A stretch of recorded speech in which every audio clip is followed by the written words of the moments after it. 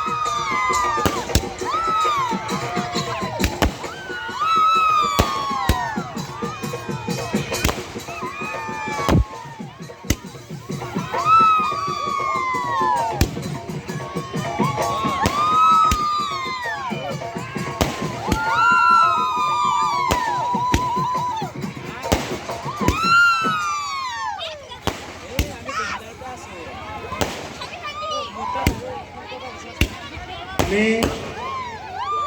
শুভ দূৰক মাননীয় শ্ৰীযুত মহাত্মা গোস্বামীদেৱক ধন্যবাদ জ্ঞাপন কৰিছোঁ আৰু উদ্বোধনী কাৰ্যসূচী আমি ইয়াতেই সফল সমাপ্তি হোৱা বুলি ঘোষণা কৰিছোঁ। ধন্যবাদ।